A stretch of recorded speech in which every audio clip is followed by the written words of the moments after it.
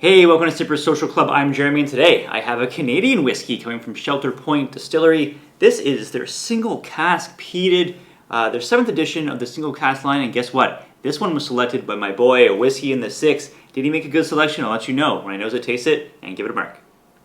Alright, so like I said, it's the 7th edition of their single cask series. This one's called Sunsets and Sea Air. Really interesting maturation on this. So they use single grain barley and malted wheat. That's matured for 5 years in ex-Bourbon barrels, and then they finish it for 18 months in a Laphroaig Quarter Cask.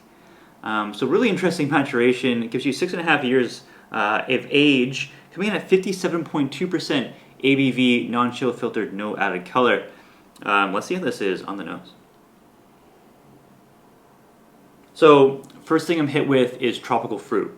Pineapples, mangoes, like papaya, kind of like a fruit cocktail of tropical fruit. Really interesting, really nice. Also some floral notes like lemon, and kind of like this weird kind of like muddy earthiness, which I'm assuming is some of that Laphroaig Quarter Cask peat coming in, although it doesn't smell like peat.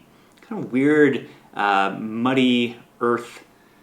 It's hard to describe, but a very interesting note for sure. But yeah, really nice, like vibrant, fresh, inviting nose. Doesn't smell like it's 57% ABV. It's very approachable. Really nice on the nose for sure. Let's go palate.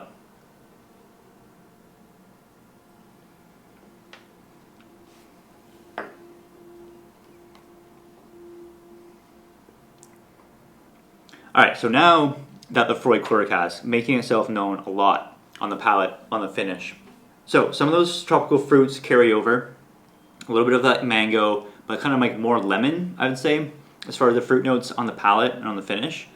I get like that Crest toothpaste and those dinner mints. I get that for some reason with almost every peated scotch. Now I'm getting it with this. Really nice sweetness. The sweetness on the palate is very good. Nice sweet honey notes, sweet vanilla. There's like this salty kind of vegetal note going on with it. Again, very interesting notes on the palate for sure. Nice kind of like mild oakiness, and there's this kind of like meatiness to it, kind of like a salted meat. Really interesting, assuming that's coming from the Laphroaig Quarter Cask maturation.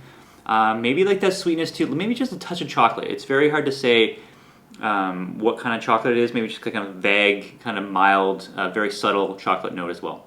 Long, drawn out finish. The sweetness combined with like that peat note, the smokiness, very good. This thing shines on the finish for sure. It does remind you of Laphroaig.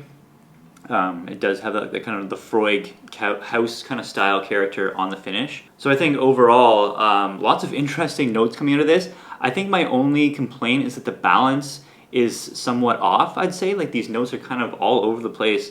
I guess with that maturation, I don't think I've ever had anything like that before, where it's been single grain barley and malted wheat finished in the Laphroaig cask. I mean, you're getting kind of this weird Frankenstein. So where I take maybe like a point off for the balance being out, I would probably give it right back as far as the complexity and the uniqueness of this whiskey. So I'd say overall, very enjoyable, very fun to like break down and kind of dig into this one, because it's nothing like I've had before. Score-wise for me on this one, I'm going 86 out of 100. I did like it quite a bit. Let's talk value. So I think I paid around 90 Canadian dollars for this. I think that's kind of fair, I guess, coming from like a smaller craft distillery like Shelter Point. But like I always do with value, I kind of have to score it if you gave it to me blind, and I think $90, just a tad high for this whiskey. I'm going to shave off a half point, but bring it down to 85.5 out of 100.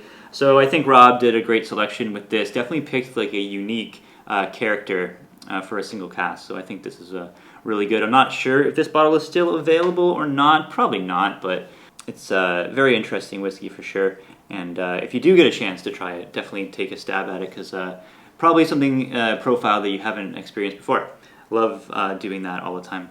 So let me know in the comments down below if you tried anything from Shelter Point, and if not, Canadian whiskey. What are your thoughts about the new generation of Canadian whiskey coming out that's not this stereotypical, corn, rye, You know, these guys experimenting with some crazy stuff. So let me know your thoughts on that.